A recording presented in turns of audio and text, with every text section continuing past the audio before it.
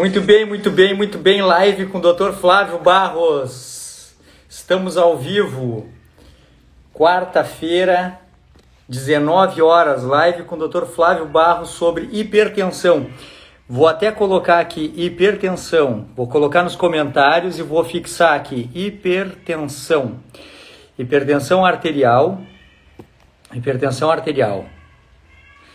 Hipertensão arterial. Generalidades. Sejam todos bem-vindos. Generalidades. Generalidades e sempre estilo de vida. Estilo de vida. Hipertensão, live com o Dr. Flávio Barros. Estilo de vida. Tá, deixa eu fixar aqui. Hipertensão arterial. Tá aí. Dr. Flávio Barros já está na área. Dr. Flávio Barros, nefrologista, parceiro, colega, top. Fizemos live maravilhosa no passado, falando sobre low carb, estilo de vida. E agora o Dr. Flávio Barros, meu convidado para falar sobre hipertensão. Dr. Flávio Barros, que vai dar uma aula no meu curso Base de Emagrecimento e Longevidade. O nome do curso: Base de Emagrecimento e Longevidade, as ferramentas que você precisa para construir um novo corpo e uma nova vida. É pouco para ti, hein? E o Dr. Flávio Barros vai falar no curso, vai dar uma aula bônus sobre proteína, sal e rins. O que a gente sabe sobre isso, tá? Qual o estado da ciência. Dr. Flávio Barros, vou chamar o Dr. Flávio Barros. Vamos conversar, Dr. Flávio Barros. Deixa eu te achar aqui, deixa eu te chamar. Muito bem, cadê o Dr. Flávio Barros? Flávio, aqui. Pronto, estou Flávio Barros. Deixem algumas perguntas aqui na caixinha, aqui na interrogação. Fala, Flávio Barros, como é que tá, cara? Tudo bem por aqui, boa noite. Me escuta bem, Marcelo? Tranquilo? Tudo bem, cara, tudo bem, tudo bem. Como é que foi hoje? Trabalhou bastante? Como sempre, aquela vida corrida e Que loucura, né? gostosa que a gente gosta, né? É isso aí, é isso aí. Cara, tava aqui te apresentando, tava falando que tu foi meu convidado, tava falando da aula que tu vai dar no curso Emagrecimento e Longevidade, falando sobre rins, proteína e sal, que a gente sabe. E te agradecendo o convite, aceitar o convite de vir fazer essa live agora e de dar aquela aula, né, cara? Eu te mandei um pedido assim, cara, me faz uma aula pro meu curso, cara. E aí fui muito bem recebido. Muito obrigado, te agradeço aqui publicamente. Obrigado pela receptividade. Eu que agradeço, Marcelo, esse contato que a gente tem. Você sabe que a gente troca ideia, a gente vai conversando, a gente vai aprendendo um com o outro para que a gente faça o melhor pelos nossos pacientes, que é o principal. É quem nos procura, é isso que faz a diferença. Não adianta a gente ter um conteúdo encaixotado num baú a 7 chaves sem que a gente compartilhe, sem que a gente ajude outras pessoas. E é muito bacana a gente pensar de modo semelhante para que a gente consiga somar nesse processo de saúde de verdade, como eu costumo dizer. É isso aí. Não, até tu me falou, me lembrei aquela frase, assim, que parece clichê, mas é verdade que o conhecimento é uma das poucas coisas, quanto mais se divide, mais a gente tem, né? Quanto mais se divide, melhor melhor fica. Então, assim, Flávio, eu separei umas perguntas, mas depois te deixo livre para falar o que tu quiser falar sobre hipertensão. Mas assim, ó, uma das primeiras perguntas que eu coloquei foi assim, ó: é possível prevenir a hipertensão? Sem dúvida alguma, a gente sabe que muito antes da pandemia do Covid-19, pessoal, a gente tem a pandemia das doenças crônicas, a epidemia das doenças crônicas, que tem aumentado nas últimas décadas, nos últimos 50, 70 anos. O nosso perfil de morbidade, o nosso perfil de doença na população em geral mudou bastante. Antes, a gente morria de pneumonia, a gente morria de infecção urinária, a gente morria de apendicite. E com o passar dos anos, a gente foi desenvolvendo antibióticos, a gente foi desenvolvendo estrutura hospitalar, a gente foi desenvolvendo tecnologias, em última análise, para que essas situações de saúde tivessem melhores desfechos, tivessem melhores resultados. Só que, por outro lado, a gente foi caminhando na contramão da saúde. Eu costumo dizer que a gente está na contramão da saúde de verdade por conta dessa onda de obesidade, essa onda de diabetes e essa onda de pressão alta, de hipertensos. Não é à toa, Marcelo, que hoje, veja esse dado, 30% da população, no geral, é hipertensa. Em pessoas de 50 anos, metade delas tem pressão alta. Em pessoas acima de 70 anos, 7 a cada 10 são hipertensas. Veja a importância que tem esse assunto para que a gente comente, para que as pessoas saibam disso e que a gente consiga, na medida do possível, tratando a raiz desse processo, que é a mudança de estilo de vida, que a gente tenha melhores desfechos lá na frente. Antes de mais nada, eu queria conceituar a hipertensão arterial. O que é isso, Flávio? O que é Perfeito. pressão? Pressão arterial todo mundo tem. O que é isso? O nosso coração bombeia o sangue. Imagina uma seringa e o coração é o êmbolo. O coração, ao bater, ele vai fazer uma ejeção de sangue, vai distribuir o sangue pelas nossas artérias do corpo. Nesse momento, esse êmbolo sendo empurrado, o coração funcionando, gera uma pressão na parede da seringa. Só que essa parede, ela não é estática. Imagine como se fosse uma parede elástica, que são as artérias. E aí, com essa batida do coração, a gente tem uma pressão maior, que é a pressão sistólica, e quando o coração relaxa, que as paredes dos vasos relaxam, a gente tem a pressão diastólica. Então, a gente tem uma pressão de 12 por 8, 120 por 80 milímetros de mercúrio. O que é isso, Flávio? A pressão sistólica é de 120 milímetros de mercúrio e a pressão diastólica é de 80 milímetros de mercúrio. A pressão sistólica perfaz 1/3 do tempo e a pressão diastólica perfaz 2/3 do tempo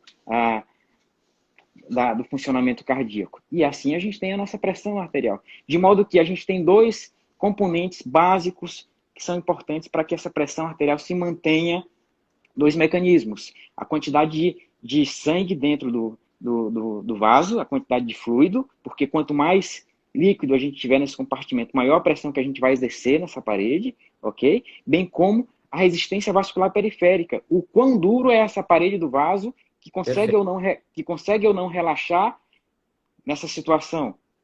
Com o passar da idade, claro que essa elasticidade vascular tende a ficar algo mais reduzida e os idosos tendem a ter um pouco mais de pressão, né? E a gente chama até de pressão quando a sistólica fica mais alta e a diastólica fica mais baixa. Por quê? Porque a parede do vaso do idoso ela é mais enrijecida. O terceiro fator que ajuda nesse processo é com relação ao débito cardíaco, a frequência cardíaca e tudo mais. Então, a gente tem esses três mecanismos para que a gente atue neles de modo preciso e que isso faça diferença na pressão arterial. Flávio, a gente consegue prevenir a pressão Isso. alta? Sem dúvida, a gente consegue na maioria dos casos. Veja, a cada 100 pessoas que têm pressão alta, Marcelo, a gente considera que 95% dessas pessoas, ou seja, 95 pessoas, melhor dizendo, têm uma hipertensão que a gente chama de essencial. Ou seja, a princípio, a gente não tem uma causa específica para a pressão alta daquele paciente. Que se a gente resolver, a pressão vai ser solucionada. Um exemplo, Flávio, doença renal, a doença renal crônica, é uma causa de hipertensão arterial. Tanto a pressão alta causa doença no rim, quanto a doença no rim, doença renal crônica, causa a pressão arterial de modo reverso. As duas situações podem ocorrer. O rim ele tem uma participação importantíssima na gênese, no controle da pressão arterial, manejo de sódio, manejo de fluidos, que a gente vai conversando também. Uma outra segunda causa é quando a artéria do rim está estreita, está estenosada, então o fluxo sanguíneo renal fica prejudicado. E aí, desse modo, o rim imagina que a gente está numa situação, a princípio, de desidratação, está faltando líquido, ele reabsorve mais sódio e água. Mas, o que eu quero dizer?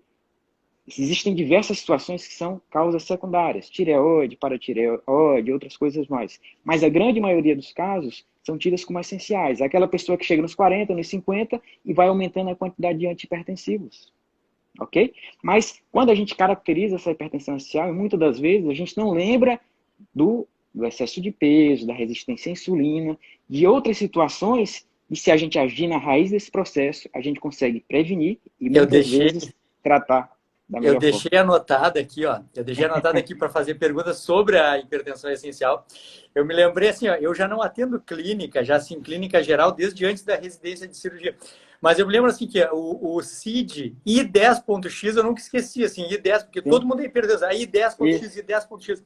É um dos CIDs que o clínico fica na cabeça, porque sim, todo mundo é hipertenso, né? E aí eu isso, anotei aqui para falar assim, sobre a hipertensão essencial, é, é, é o universo onde a gente consegue agir, porque, em isso, geral, na medicina, quando as coisas são essenciais ou paradoxais, não se tem uma resposta específica, em geral, a resposta está no estilo de vida. É uma causa desconhecida, porque nós, médicos, até a década passada, a gente pouco falava sobre o estilo de vida. Então, a gente encarava a existência ou a ausência de doença, e na existência de doença, se a gente consegue tratar ou não. Então, se não tinha uma causa conhecida, isso não tem causa, é uma causa desconhecida. Essa é a hipertensão essencial, que é 95% dos casos. Né? isso. A grande maioria. Só que, inclusive, esse nome de hipertensão essencial talvez não seja a nomenclatura mais feliz até para a nossa intervenção, Marcelo, porque quando um paciente escuta hipertensão essencial, ele diz, pô, a hipertensão é minha, não tem jeito, Eu tenho que fazer. eu sou dono dela e eu vou morrer com ela, eu vou levar minha pressão alta para o caixão. Não é assim, pessoal. Não é assim. Existe muita coisa para você fazer para que, possivelmente, você consiga reduzir a quantidade de medicamentos, ter um melhor controle da pressão arterial, quiçá, em muitos casos, a gente consegue suspender remédio, você consegue Claro. viver muito bem sem nenhum remédio para pressão, olha que beleza. Olha Muito aqui, pouca gente Flávio, talvez olha te aqui, diga ó, isso. dessa nossa prática, assim, de conversar com o paciente sobre o estilo de vida, organizar a questão, assim, do estresse, alimentação e sono, não dá para contar quantas vezes a gente retirou os antihipertensivos do paciente, porque, na verdade, o que mantinha ele hipertenso era um modelo de vida que não estava adequado, assim, com a saúde, né? Então, bastou alguns ajustes, assim, não precisava mais tomar remédio, né? Quantas vezes? Quantas e quantas vezes? Se você perder. Para aí, Pode falar. Flávio, Flávio, segura. Segura porque aqui, ó, a Deise acabou de botar assim, ó. Acho que a genética é primordial, mas aí é que a gente tem que ver assim, ó. Não é, aí é que tá, não é, é na infinita, na ínfima quantidade dos casos. Na maioria esmagadora, na quase totalidade dos casos, a genética é uma predisposição que depende do gatilho do estilo de vida. Essa é a grande. Acho que essa é uma das grandes coisas que a gente tem que falar aqui hoje, é isso, assim, ó, Isso. que a genética ela não é determinante para a grande maioria dos casos. Me corrige, doutor Flávio. Sem dúvida alguma. E quando a gente fala em doenças crônicas, a gente sabe que a genética bate ali 10, 15, 20% das situações ah, Exato. de desfechos. Então, pessoal, não vamos tapar o sol com a peneira. A maior parte é estilo de vida, é conhecimento, é alimentação, é sono, é manejo do estresse, é exposição solar. É isso que a gente comenta como raiz desse processo de saúde de verdade. Essa hipertensão essencial tem se tornado uma epidemia, já é uma epidemia, na verdade, por conta disso, nosso estilo de vida. Aqui no Claro. Brasil, no último questionário telefônico do Ministério da Saúde, Marcelo, você viu, acima de 50% da população está acima do peso. O que a gente vai esperar? Quando a gente sabe que se você perder 5% do teu peso, você tem uma tendência a reduzir pressão em 20 a 30%. Perfeito. Eu vi aqui uma outra seguidora colocar assim, ó, que é uma outra anotação que eu coloquei. Eu coloquei assim, ó, a hipertensão moderada episódica é perigosa, porque ela botou assim, ó, e essa hipertensão emocional, aquela coisa de a pessoa ter, por exemplo, vou te dar uma situação, doutor Flávio, e aí tu nos comenta assim, ó, a pessoa que mede a pressão com frequência e tem uma pressão assim de 110 por 70 sempre, está sempre tranquilo, mas eventualmente, quando se atrasa para um compromisso, quando está nervosa, essa pressão de 110 por 70 fica assim por 130 por 80, 140 por 90. Essa hipertensão moderada episódica, ela traz algum efeito deletério negativo? Não, até porque é uma situação bem episódica, uma pressão num nível muito, muito tranquilo, digamos assim. A gente classifica a severidade, a gravidade dessa pressão arterial geralmente em 3 níveis, né? Até 12 por 8 é uma pressão ótima, até 14 por 9 fica uma pressão ali limítrofe, ainda considerado normal. O estágio 1 de hipertensão arterial vai até 160 de sistólica. O estágio 2 de hipertensão arterial vai até 180 de pressão sistólica, de 18, e o estágio 3 acima de 18. Então, é nessa situação de 13 por 7, 13 por 8, eu vejo como muito tranquilo, e geralmente quando a gente tem pacientes hipertensos, a gente tem um objetivo ali, um alvo em torno de 13 por 8, para que a gente reduza desfechos de maneira Perfeito. satisfatória. Eu costumo comentar assim, Flávio, eu costumo comentar assim que a hipertensão essa moderada episódica, ela faz parte dos mecanismos adaptativos fisiológicos, assim, em Sim, momentos de sim, estresse agudo, com sim. liberação aguda de catecolaminas, adrenalina, noradrenalina, Isso faz dopamina, parte. a gente acaba mexendo em todo esse sistema de controle da pressão, aumento da frequência cardíaca, vasoconstrição periférica, que é necessária, essa hipertensão episódica é necessária para desviar o sangue para onde realmente precisa, para o centro e para a musculatura. Né? Então, essa hipertensão, ela é esperada. Ela não, a gente não tem que ter medo. Aí eu medi a pressão, onde é que eu estava nervosa, ansiosa, a minha pressão foi a 14 por 9, mas ela é baixa. Bom, então, que bom, é sinal que o sistema está funcionando, né? Isso é normal. Isso, isso faz parte, né? Faz parte do nosso processo de evolução. Tem algumas situações, essa pressão é algo mais elevada, como por exemplo em atividade física. Sua pressão vai subir, Sim, seu isso, corpo é está preparado, esperado que suba a pressão. né? E para confirmar isso, inclusive eu trouxe aqui um dado, deixa eu ver se eu consigo aqui. Olha, aqui me traz o uso de antihipertensivos para prevenção de eventos cardiovasculares em hipertensão leve, que talvez tenha sido, bate um pouquinho com a tua pergunta. E a gente observa aqui, ó, no NNT. O que é isso, Flávio? Quantos pacientes eu tenho que tratar para que um tenha benefício? Nessa situação de pressão leve, nenhum paciente se beneficia na prevenção de morte, de acidente Perfeito, vascular, de doenças cardiovasculares. E perfeito. uma a cada 12 apresentam algum efeito colateral. O que eu quero dizer com isso, pessoal? Não é porque você tem uma hipertensão discreta, leve, que vai valer a pena tratar. Vejam como é importante. Às vezes eu tenho pacientes que têm essa pressão, algo mais tranquilo, 13 por 8, 14 por 8, relevo, não vai valer a pena. Principalmente, né? Principalmente se houver um fator de risco, assim, um fator que predispõe a essa hipertensão que seja flagrante, como, por exemplo, resistência à insulina, obesidade, que provavelmente, corrigindo a causa base, é o tratamento adequado da hipertensão, né? Sem dúvida, e que muitas das vezes a gente trata e a gente tem um efeito colateral que todo mundo gostaria de ter. Essa pressão baixa, às vezes a gente Baixa tem que dar demais. até, às vezes a gente tem que até dizer para o paciente, toma um pouquinho mais de sal, porque Isso. senão a Olha pressão aqui, vai Flávio. baixar muito. Eu vou te dizer uma conduta que eu tenho e tu me diz qual é a tua opinião, tá? Estou te consultando agora, Flávio Barros. Sim, sim. Atendo um paciente sobrepesado, não é diabético, sobrepesado e hipertenso, usando uma medicação antihipertensiva que eu não vou falar a classe e usando também um diurético, tá? E a pressão dele está normal, 120 por 70. Ele está compensado por medicação. E eu vou aplicar low carb como medida terapêutica da resistência à insulina, sobrepeso, low carb com uma frequência alimentar baixa, um jejum intermitente moderado, assim, nada demais. Mas é esperado um efeito diurético próprio da intervenção. Nessa consulta, eu já digo para ele, ó, suspende o diurético, mantém o outro hipertensivo e segue as medidas da pressão de maneira frequente. Provavelmente não precisas mais tomar o diurético. O que tu acha disso aí?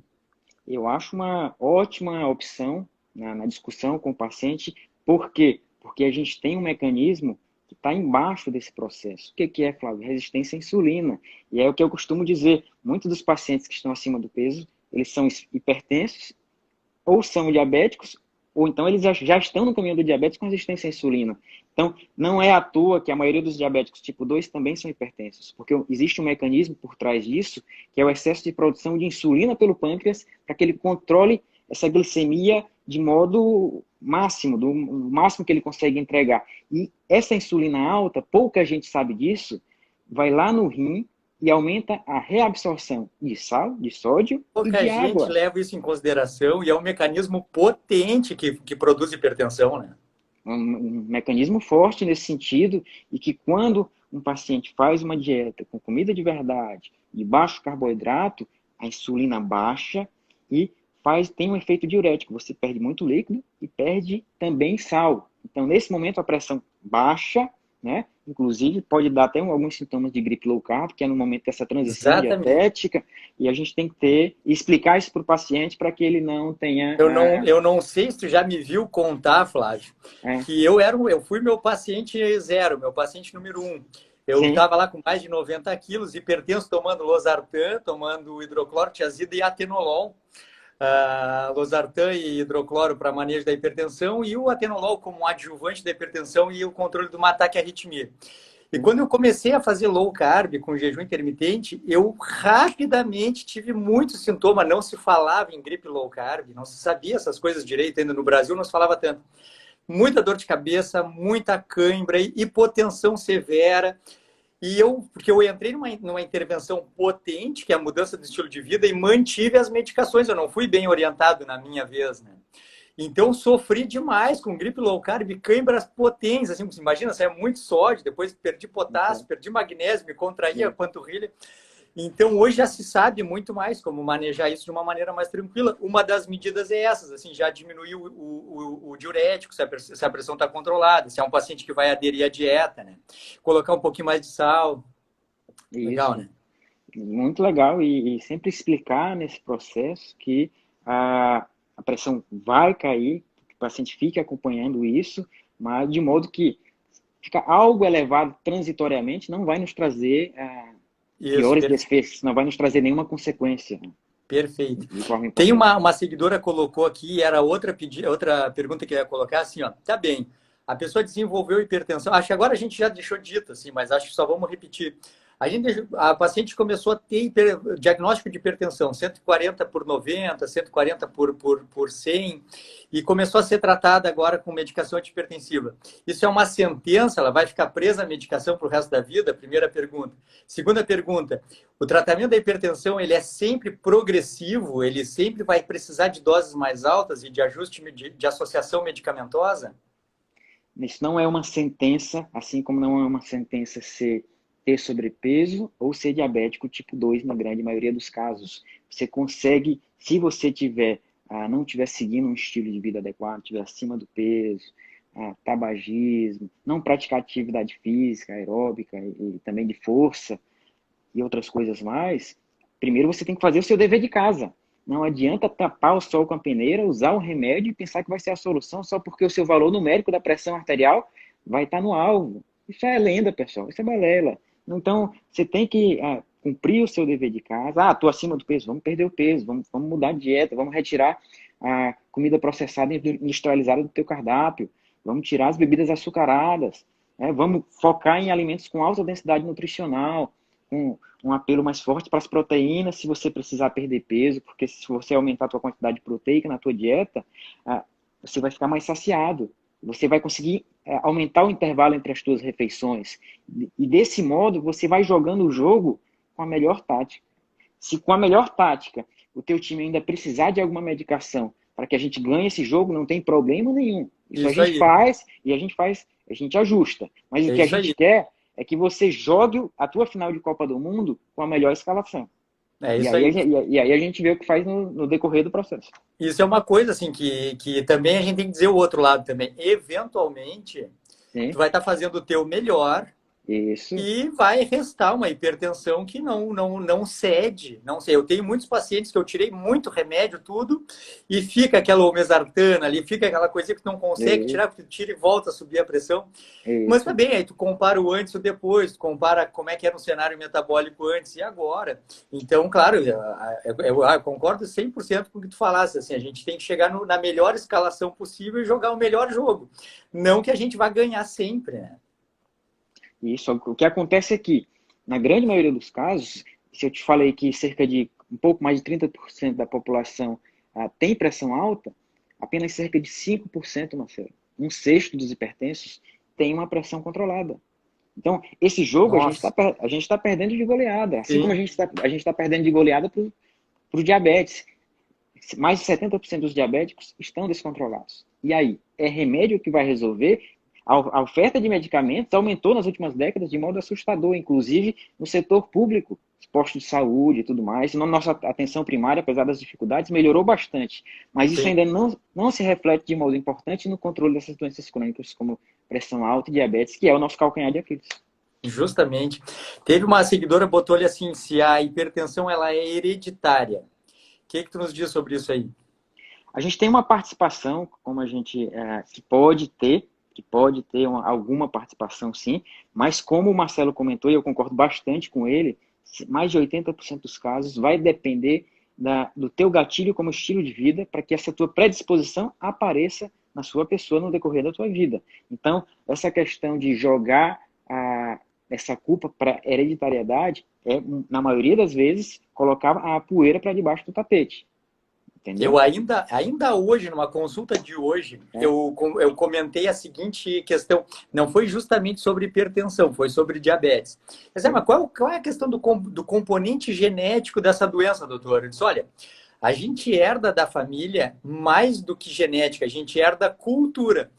E a genética perfaz ali entre 10% e 20%. Os Isso. 80% do resultado metabólico vem da interação entre a cultura e a tua carga genética. Então a gente tem que cuidar muito assim, o meu pai e a minha mãe são hipertensos e ou obesos e ou diabéticos, meus avós também. Isso significa que eu vou ser? Bom, tu precisa jogar assim, tu tem a genética para jogar e a cultura. A genética é 20% e ela mesma pode ser ligada ou desligada com epigenética, que nós não vamos nem entrar no assunto. Mas tem os 80% que é a cultura. Então, poxa vida, mudando o comportamento, mudando a cultura, as tuas chances, assim, os teus bilhetes da loteria aumentam muito no sentido de conseguir um sucesso, né? Com certeza absoluta, né? Então, e além do mais, a pressão alta, na grande maioria dos casos, pessoal, ele é apenas uma peça desse quebra-cabeça.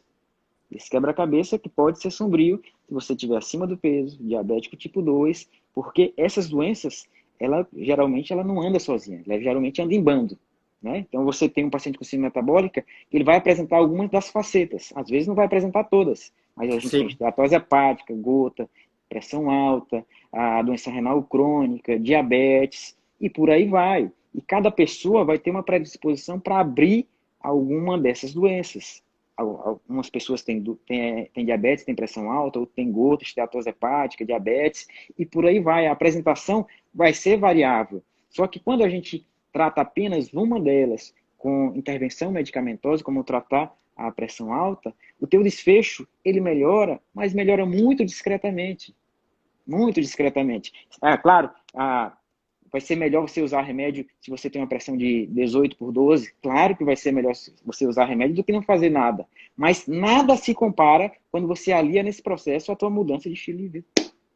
Mas essa é que a grande questão, Flávio, que assim, que tanto nós, médicos dessa nova geração, assim, quanto esses novos pacientes, o doutor, tem um dos nossos colegas que bota assim, que é o manual do paciente moderno, que assim, tanto os médicos quanto o paciente moderno, a gente tem que ter, eu considero que a nossa missão é criar a seguinte cultura, o paciente ficou hipertenso, então tá bem, então a gente vai começar a investigar a origem, assim, se é vascular, se é por um comportamento hiperdinâmico como é que eu vou falar isso sem complicar? Se nós vamos usar beta-bloqueadores, vamos usar diurético, o que nós vamos usar? Tá. Mas entender assim, bom, esse é um sinal de alerta. Tem coisas acontecendo por trás no metabolismo, a gente tem que descobrir o que é, Sim. ajustar o estilo de vida, porque essa hipertensão, na maioria das vezes, vai ser só um alerta. Ela vai ser só dizer assim, há algo errado que o meu corpo não está se sentindo bem. Eu preciso ir em Isso. busca. O paciente fica com uma questão assim, que parece que, descobriu a hipertensão, é porque precisa de um tratamento, toma um remédio, acabou tudo, já está tudo resolvido. Não, não está, né? Não está e longe disso, como a gente tem conversado, a gente tem esse mecanismo do sobrepeso, do estilo de vida, da resistência à insulina, e na menor parte dos casos a gente tem alguma causa específica e que precisa de um tratamento cirúrgico, como um tumor lá da suprarrenal que está lá no rim, Sim. como uma estenose do vaso da artéria renal, como um caso de acromegalia, situações hormonais, como problemas na tireoide, seja funcionando demais, que é o hipertiroidismo, seja funcionando de menos, que é o hipotiroidismo, e aí são mecanismos diferentes. Então, a gente tem algumas situações bem específicas que podem ser tratadas pontualmente e resolver aquele quadro de hipertensão. Mas, na grande maioria dos casos, a gente vai estar à frente, isso a gente vê tanto através dos estudos como na nossa prática clínica, de pacientes que chegam nos 30, nos 40, nos 50 e vão aumentando sua cartela de remédios, porque o estilo de vida não está batendo com o que a gente acha condizente nesse processo de vida humana de acordo com a evolução biológica do ser humano, que tu entende muito bem disso. Não, cara, assim, ó, eu começo. Deixa eu te perguntar uma coisa antes que me ocorreu agora, me lembrou. Cara, eu tenho uma memória assim que ela até me perturba. Eu me lembro de detalhes da minha vida, às vezes me perturba. Eu tive uma aula uma vez com um médico, um clínico, foi uma aula de semiologia, então um exame médico, tudo. E ele comentou uma coisa assim, ele me comentou na época, dizendo assim, era para um grupo de 5 estudantes, assim, ele disse, Marcelo, eu não tem evidência, as evidências científicas não comprovam isso que eu vou falar agora. Ele já se defendeu dizendo, não tem evidências para falar isso. Mas tem uma hipótese de que a população negra brasileira tem uma hipertensão mais severa relacionada à retenção de sal. Isso teria a ver lá com a seleção de indivíduos retentores de sódio, naquela questão lá da escravidão e tudo mais, onde tinha assim, a maioria morria, quem não conseguia manter pressão arterial por não ter comida, não ter o que comer, tinha hipotensão severa, infarto, etc. E os que conseguiam reter sódio foram selecionados assim por essa na migração e tudo. Eu não sei se tu tem conhecimento sobre isso, assim, que a nossa população negra brasileira teria passado por uma seleção por causa da escravidão, etc. Tu sabe alguma coisa sobre isso? Se existe? Do ponto de vista evolutivo, eu não sei te responder desse ponto de vista histórico, mas há uma discussão em pauta da etnia negra ter alguns quadros de hipertensão mais importante, entendeu? Mas isso é sob júdice, sabe, Marcelo? Eu acho que, como você falou, o gatilho que seja, se a população negra tivesse gatilho, tudo vai depender do estilo de vida a que essa pessoa estiver submetida. Então, é uma situação sob júdice, a meu ver. Não, eu fiquei com isso gravado, assim, porque me fez sentido na época. A questão é assim, não, tá bem, indivíduos que não retinham sódio teriam sido excluídos e os retentores de sódio selecionados, e daí a gente ficou com uma população de negros que povoou o Brasil e seriam de retentores crônicos de sódio. Fiquei com isso na cabeça, mas também achei que é muito pouco tempo também para criar uma pressão seletiva, né? Isso. Do ponto de vista histórico, é realmente muito pouco tempo para que a gente tenha essa alteração. Eu achei interessante, mas não achei plausível, assim, achei meio estranho. Mas gravei aquilo ali e levei em consideração. Outra coisa é o seguinte, ó, como explicar para o paciente mecanismos. A gente já falou, que é uma dieta alta em carboidrato, tudo, então tende a ser hiperinsulinêmica, e essa hiperinsulinemia crônica tendendo a reter sódio cronicamente. Junto com o sódio, o rim reabsorve água, aumentando então o volume intravascular e com isso mantendo a hipertensão, o que torna efetivo uma dieta menos processada, com viés low carb, já que isso diminuiria a quantidade de sódio e água dentro do vaso sanguíneo, diminuindo a pressão. Eu ainda penso, Flávio, em mais 2 hipóteses sobre hipertensão relacionada à dieta processada, pelo menos 2, eu vou te falar, e aí vê se tu consegue pensar em alguma outra hipótese de uma dieta superprocessada, uma dieta insalubre, causando e mantendo a hipertensão. Eu penso assim, ó, uma dieta superprocessada, ela é, por si, inflamatória.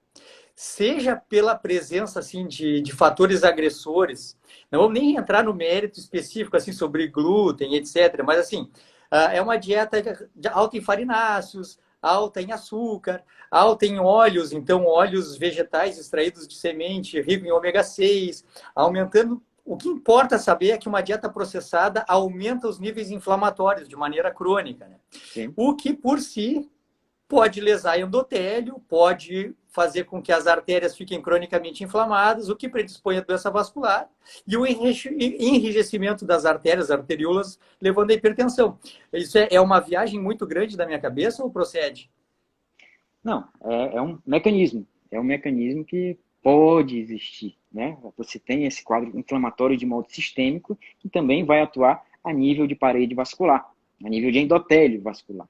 Isso pode acontecer.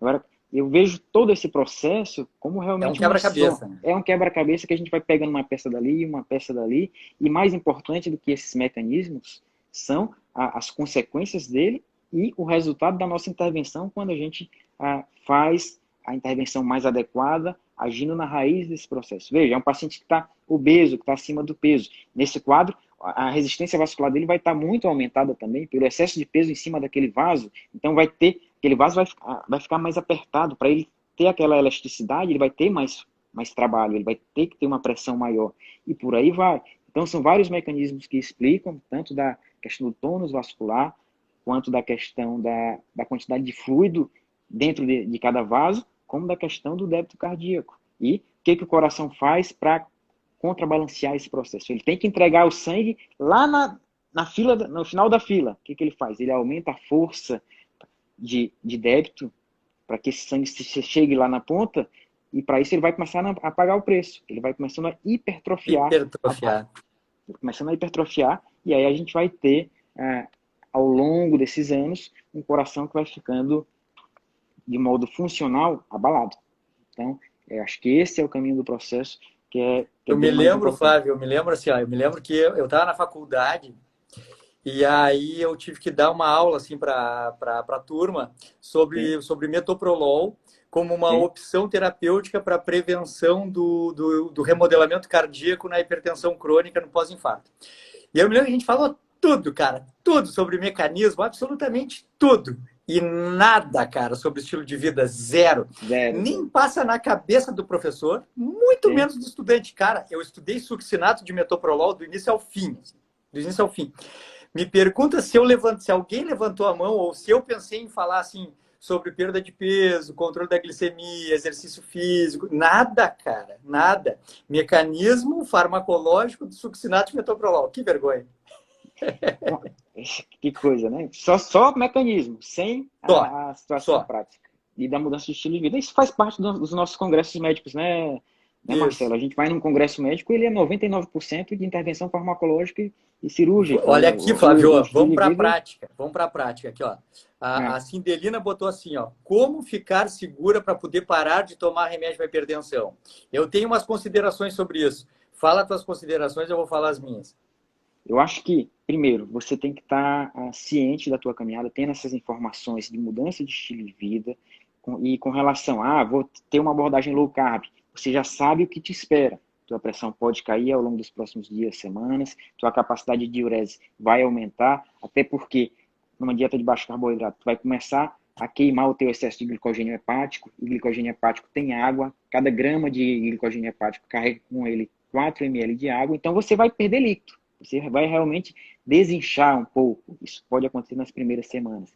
Você vai perder sal. Então, você vai ter que ficar ciente dessa questão da pressão arterial. E é importante que você tenha um profissional com experiência nesse tipo de situação ao teu lado para te orientar nessa caminhada e dizer: doutor, tá assim minha pressão, o que eu faço? Reduz o antihipertensivo? Já é o momento? Não é? E aí você vai trocando figurinha com o profissional que te acompanha, que eu acredito que seja a melhor forma para que você tenha sucesso nesse processo, sem ter susto. Assim, acho que as pessoas que estão nos escutando têm que saber o seguinte: são momentos diferentes, assim.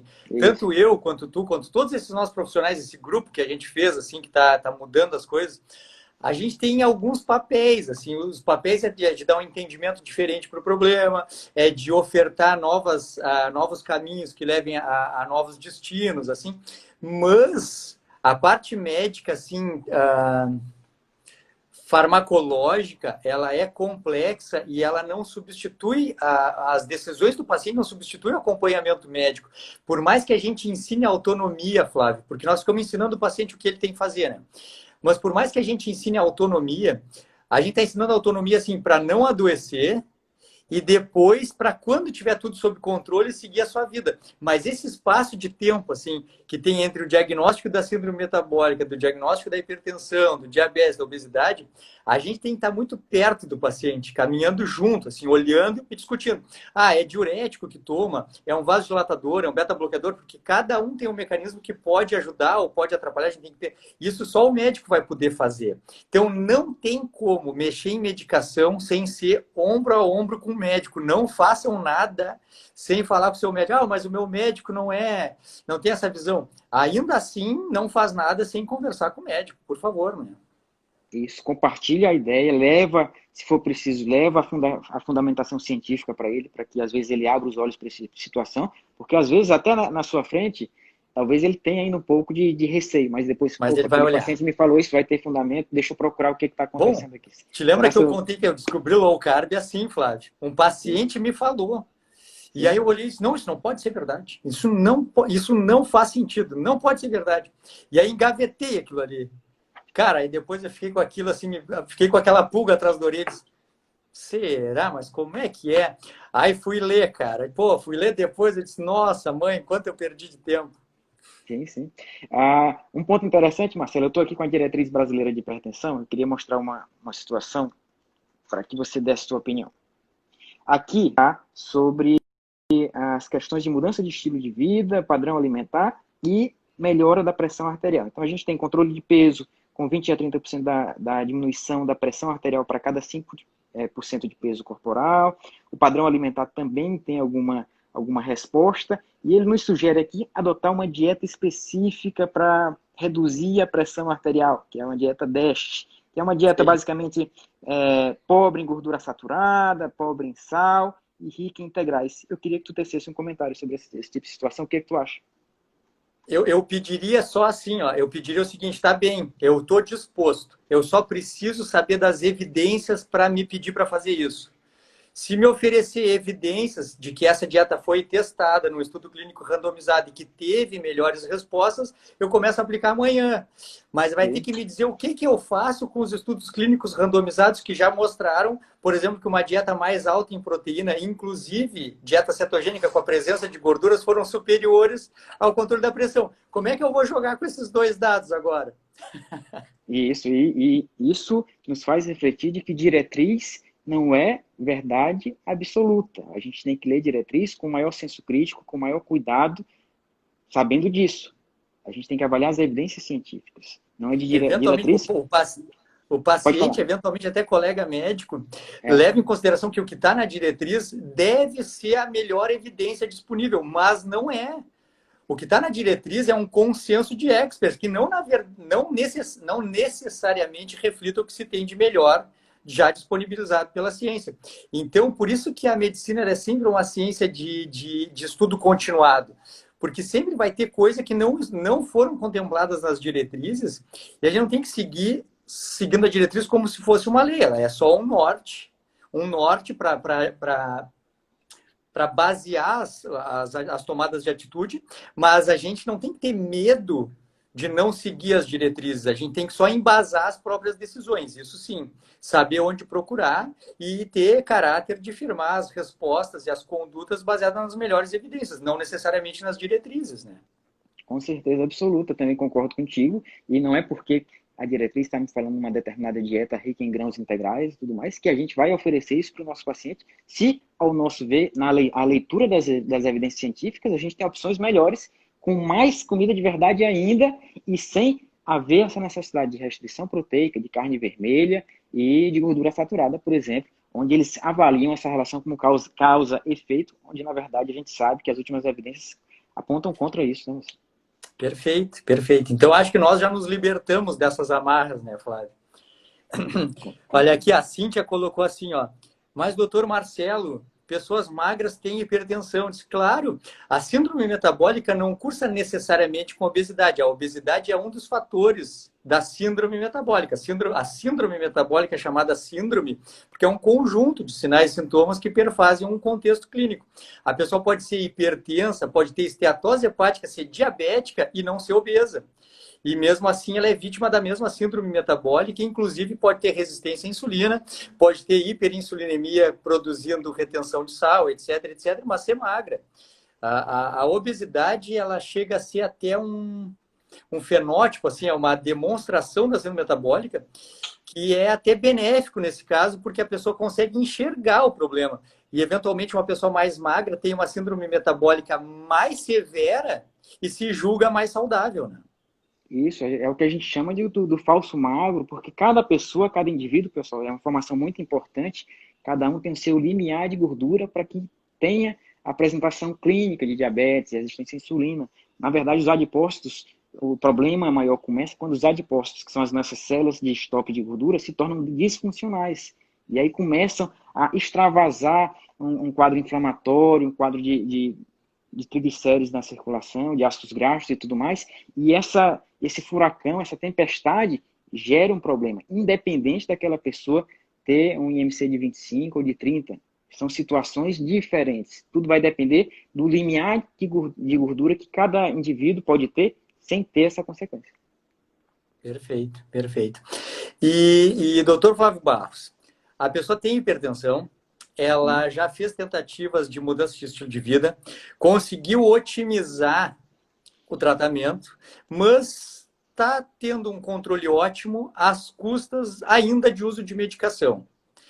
Essa pessoa que está com a hipertensão controlada, tomava, vamos dizer assim, 4 antihipertensivos. Hipertensão severa, tomava 4 antihipertensivos. Perdeu peso, mudou o estilo de vida, assumiu o controle sobre a própria saúde e agora toma, por exemplo, não vou citar a classe, toma um antihipertensivo, apenas um antihipertensivo, mas está usando ainda, depende desse antihipertensivo, mas mantém um controle ótimo. Essa pessoa ainda está sob o risco da hipertensão crônica? Veja, a gente controlou esse processo ao longo da caminhada. Claro que com o passar da idade e ela tem uma chance dessa pressão subir um pouquinho, com o passar da idade, né? 60, 70 anos, isso pode acontecer. Mas, como a gente comentou anteriormente, a gente está fazendo o melhor por aquele paciente e a gente vai acompanhar esse processo durante a evolução. Se houver necessidade de uma intervenção maior, a gente faz. Se por acaso essa intervenção não se tornar necessária, mais a gente suspende a medicação, não tem problema nenhum. Mas, basicamente, usando um antihipertensivo com níveis pressóricos controlados, muito bacana. Além disso, não só o nível pressórico controlado, mas com certeza essa mudança de estilo de vida refletiu na perda de peso, num melhor perfil lipídico, numa melhora da redução da inflamação de modo sistêmico, que é isso que a gente quer, pessoal. A gente não quer tratar número. Eu não quero ter um valor de pressão 12/8. Se você tiver obeso, inflamado, para mim não vai valer de nada uma pressão 12/8. Se tu tem um perfil lipídico ruim, come mal, um triglicerídeos de 300, um HDL de 30, que é bem baixo, né? Que a gente sabe que não é protetor. Então você tem um perfil inflamatório e não é o valor numérico da tua pressão arterial que vai me deixar satisfeito nesse processo de forma alguma. Da mesma forma que você pode utilizar uma medicação para pressão arterial e está muito e muito melhor do que uma pessoa que usa 3 remédios. Perfeito, perfeito. Uma outra pergunta prática que passou aqui bem antes, eu anotei para te fazer. Doutor Flávio, eu sou hipertenso, estou controlado por medicações. Eu posso fazer exercício intenso? Pode fazer exercício intenso, né? Claro, tudo vai depender da tua individualidade. Se você tem algum quadro de hipotensão postural, especialmente para os idosos, por exemplo, né? Então, você pode fazer o teu exercício e tu vai avaliando a tua individualidade. Não há receita de bolo nesse processo, a meu ver. Você vai ter que avaliar e vai conversar com o teu médico sobre as tuas escolhas de estilo de vida e da medicação que você utiliza. Muitas das vezes ele vai, inclusive, mudar a medicação, pode mudar a classe de antihipertensivo de acordo com se você tiver alguma situação indesejável durante a atividade física. Então, ele vai ajustando a medicação para que você consiga fazer a tua atividade física da melhor forma. Uma situação que eu agora lembrei da atividade física intensa é paciente idoso. Alguns pacientes idosos meus, eu prefiro que ele tenha uma pressão de 14/8, 15/8, do que eu dê o remédio para pressão arterial, ele faça um risco de ter uma tontura, cair, quebrar a perna, fraturar o fêmur e morrer numa internação hospitalar. Então, esse risco, pessoal, ele deve ser muito bem calculado e a gente deve individualizar esse processo de prescrição de acordo com cada paciente. Não é porque, mais uma vez, não é porque um paciente idoso tem pressão de 14 ou 15/8 que ele é candidato obrigatório para uso de remédio para pressão. Isso não é verdade. Pois é. Bem assim, não querendo entrar muito na parte técnica para o pessoal não se entediar, mas assim, ó, tem uma situação em que eu me dedico muito, que é assim, o paciente um pouco mais idoso, Sim. que usa ali no seu arsenal terapêutico beta-bloqueador, que, pessoal, é uma medicação que tende a controlar a frequência cardíaca, a força de contração do coração, e Sim. diminui a resposta fisiológica do coração ao exercício. Então, Isso. eventualmente, o paciente pode sentir tontura, pode sentir fraqueza, porque precisaria aumentar um pouco a pressão, e ele está freado pela medicação, não consegue responder. Mas aí, o que a gente tem que fazer? Ah, então ele não pode fazer exercício? Não, eu tenho que otimizar esse Ajustar. tratamento para que esse paciente possa fazer exercício. O exercício é um remédio melhor do que o beta-bloqueador. Então, eu tenho que conseguir fazer com que ele faça exercício, otimizar a dose, trocar a classe, fazer um controle mais próximo, mas jamais. Quantas vezes, Flávio, assim, com relação à pressão e com relação a outras doenças, assim, eventualmente osteoarticulares, alguma coisa assim, mas não, a partir de agora, por causa da tua condição clínica, tu não podes mais fazer exercício. Jamais isso pode acontecer. Jamais, na verdade, a gente tem que achar uma solução médica para que o paciente possa fazer exercício. Porque o benefício do exercício é muito maior do que qualquer benefício do uso da medicação, né? Com certeza, sem dúvida alguma. Claro que em situações muito específicas, quando o coração está muito fraco e tudo mais, talvez isso não seja possível. Mas na grande maioria dos casos, isso vai ser possível com esse ajuste medicamentoso que a gente vai Claro, fazer. óbvio que a gente não está falando daquele paciente com insuficiência cardíaca grau 3 ou 4 que já está, que aí sim, é um outro paciente, né? A gente está falando assim, em que a gente tem condição de reabilitar para a vida, né? Então a gente tem que. Eu escutei um profissional, cara, também não me lembro assim agora, é um dos nossos colegas, assim, que falou que o nosso papel não é fazer com que as pessoas vão ficando idosas e cheguem vivas lá.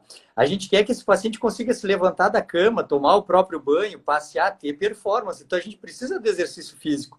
Não adianta só impedir que ele infarte, manter a pressão normal, mas não habilitar ele para a vida, né? A gente quer humanos bem e humanos ativos, assim, com autonomia. Tem uma outra pergunta que colocar aqui que é o contrário.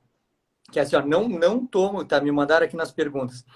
Não sou hipertensa, sou normotensa, mas com low carb, jejum e emagrecimento, estou ficando hipotensa. Estou ficando hipotensa. O que eu posso fazer?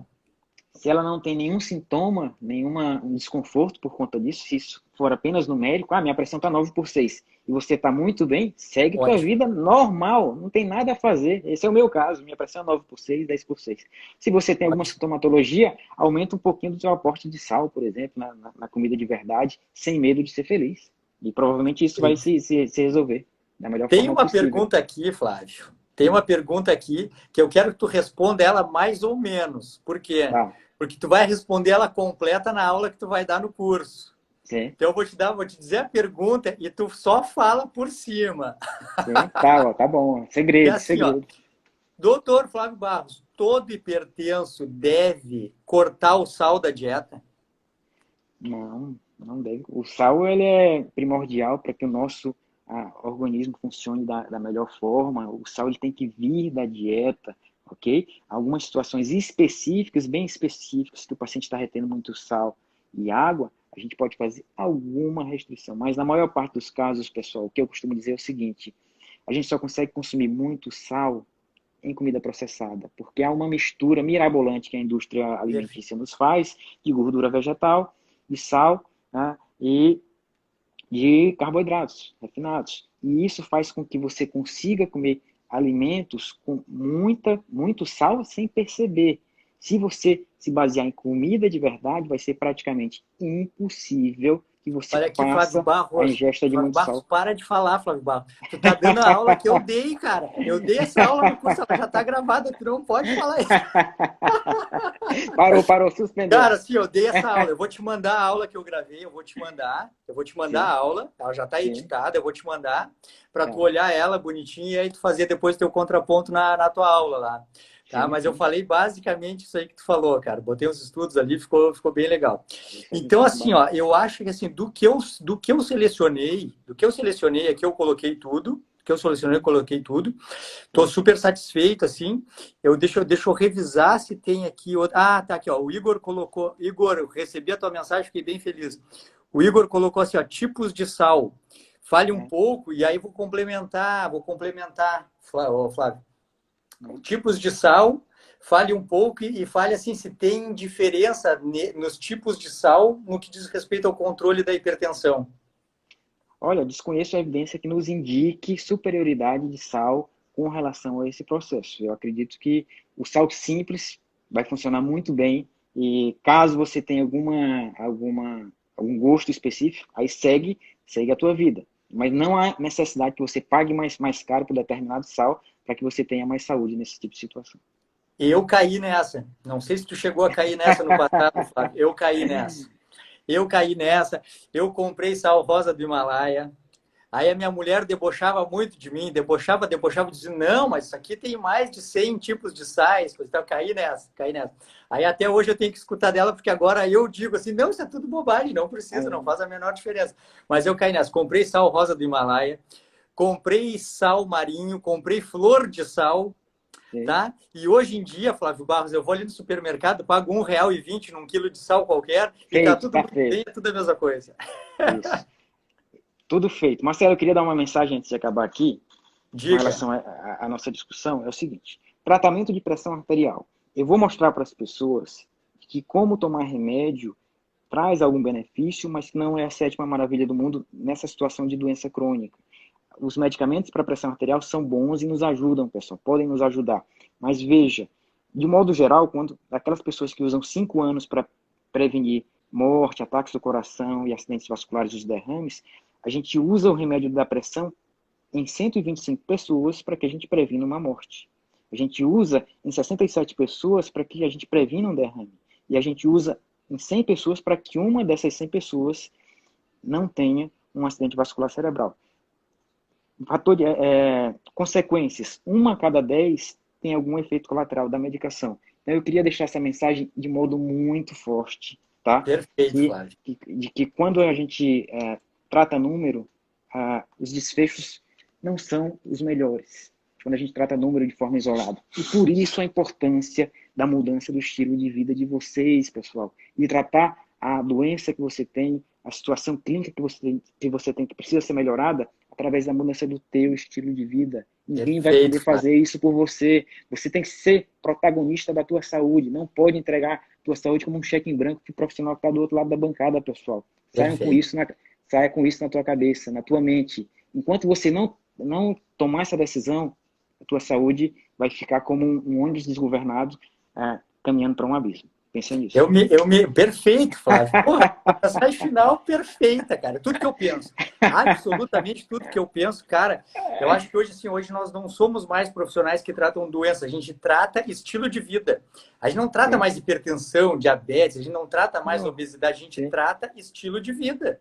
É o que a gente está fazendo agora. E o paciente que vai procurar o médico, ele não pode procurar o médico para conseguir um remédio. Ele tem que procurar no estilo de vida um remédio que vai recuperar a saúde dele. E é a única saída que a gente tem. E eu me lembro ainda da minha época em que eu via números no exame e decidia medicações baseadas naqueles números, ou no esfigmomanômetro, ou no exame de sangue. E medicina de verdade não é assim. Medicina de verdade trata pessoas e trata estilo de vida. Dá mais trabalho, né? Leva mais tempo, precisa de paixão, de envolvimento, não dá para ser uma consulta de 15 minutos, mas é o que faz a gente sair de casa de manhã, né, Flávio? Faz sair da cama, faz encarar a vida, é o que nos dá prazer, né, cara? A gente não consegue mais fazer aquela medicina de antigamente. Não dá que a gente faça uma consulta de 15 minutos e o paciente saia feliz só porque saiu com receituário. Não dá dessa forma, a gente tem que entregar o melhor caminho, dá muito trabalho conversar, explicar essas situações científicas. Mas a gente faz pra fazer, cara. Explicar o senso comum que a gente vive, que é um senso comum que nos leva para caminhos tortos na grande maioria das vezes, o senso comum que eu costumo dizer que é perigoso, que a gente tem que ser muito crítico para tudo que nos apresente, inclusive o teu médico. Então, seja crítico então, aqui, com tudo. Cara, muito obrigado. Assim, o que a gente está tratando, então? A gente está tratando sobre estilo de vida. Ficam todos convidados a participar do curso. As inscrições terminam daqui a poucas horas, às 23h59.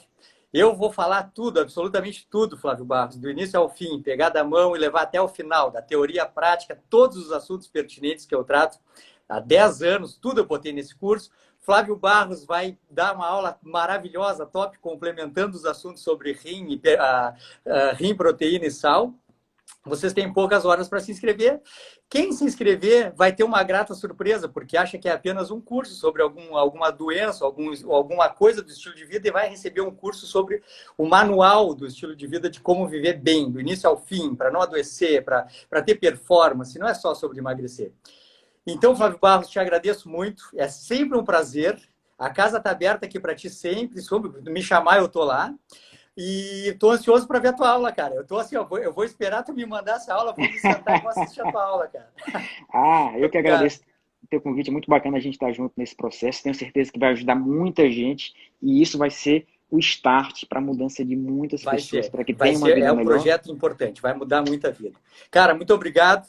Tudo de bom para ti, muito obrigado. Vamos junto. Pessoal, Até muito mais. obrigado pela presença. Até mais. Tchau, tchau. Boa noite, turma.